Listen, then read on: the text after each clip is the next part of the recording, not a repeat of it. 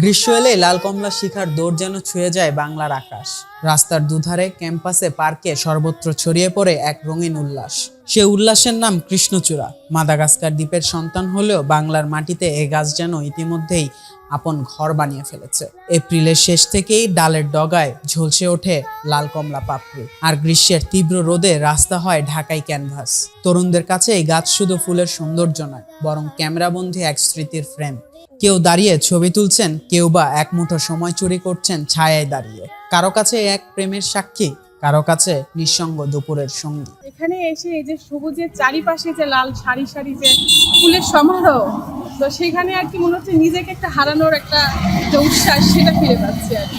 মনে করা বলতে আসলে চারিপাশে যে সবুজের পাশে যে একটা যে বিল চলে যাচ্ছে, তারপর যে একটা ফুলের সমারোহ, লাল কৃষ্ণচূড়া, আমাদের মানে একটু ভালো লাগছে। এটা লাল আগুনের শিখার মতো যে একটা সমারোহ ছড়াই গেছে আকাশের পানে, যে নীল আকাশের পানে যে সমারোহটা, এটা আর কি আমাদেরকে খুব স্মৃতি বলতে আসলে আমার এখানে আমার যে প্রাইমারি স্কুল, আমি যেখানে পড়াশোনা করছি, সেখানে আর কি আমাদের স্কুলে বিশাল বড় একটা এরকম কৃষ্ণচূড়া গাছ ছিল। সেখানে যে আমরা ফুল ফুটতাম, সেই ছোটবেলাকে আমরা ফিরে পাচ্ছি আর কি। আর নিজেকে আর কি এখানে একটা ভালো পরিবেশে ভালো লাগছে। এই ফুলটা কিন্তু আমার প্রিয় মানুষ আমাকে পেরে দিল, তো সেখান থেকে তার হাতে এই লাল ফুলটা পেলাম, তো সেখান থেকে অনেক ভালো লাগছে।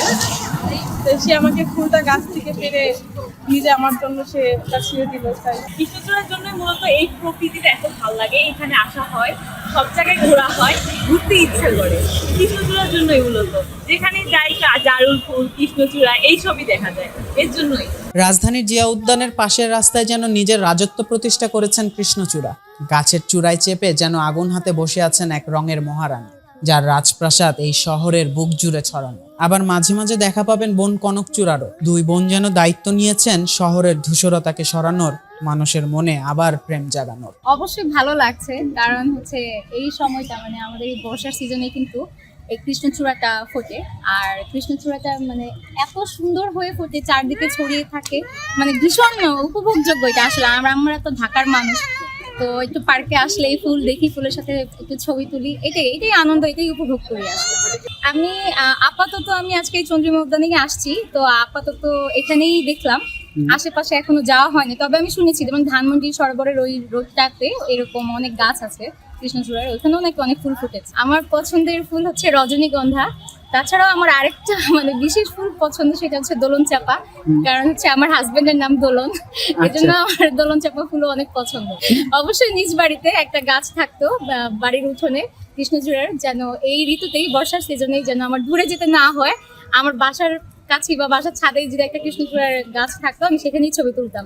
গাছের দিকে তাকালে শুধু লাল আর লাল, শুধু লাল, এর জন্য আগুনের মতো মনে হয়। আজকে বিকেলে আমি এখানে ঘুরবো, তারপর এখানে আমি ছবি তুলবো, ভিডিও করব, আর অনেক কিছু। কৃষ্ণচূড়ার ডালে ঝুলে থাকে শুধু ফুল নয়, ঝুলে থাকে অপেক্ষার রং, ভালোবাসার গল্প। শহরের ক্লান্ত দুপুরে এক আগুন জাগানো আশ্বাস, যে বলে রং হারায় না, শুধু ঋতু বদলায়। গ্রীষ্মের এই রক্তিম ফুল যেন আমাদের মনে গোপন এক কবিতা ফেলে যায়, যার প্রতিটি পঙ্কক্তি বলে তাপের মাঝেও আছে রং, ধুলির আড়ালেও আছে সৌন্দর্য, আর প্রতিদিনের ভিড়েও আছে এক টুকরো নিঃশব্দ প্রেম। মইনুল ইসলাম, নন্দন টিভি, ঢাকা।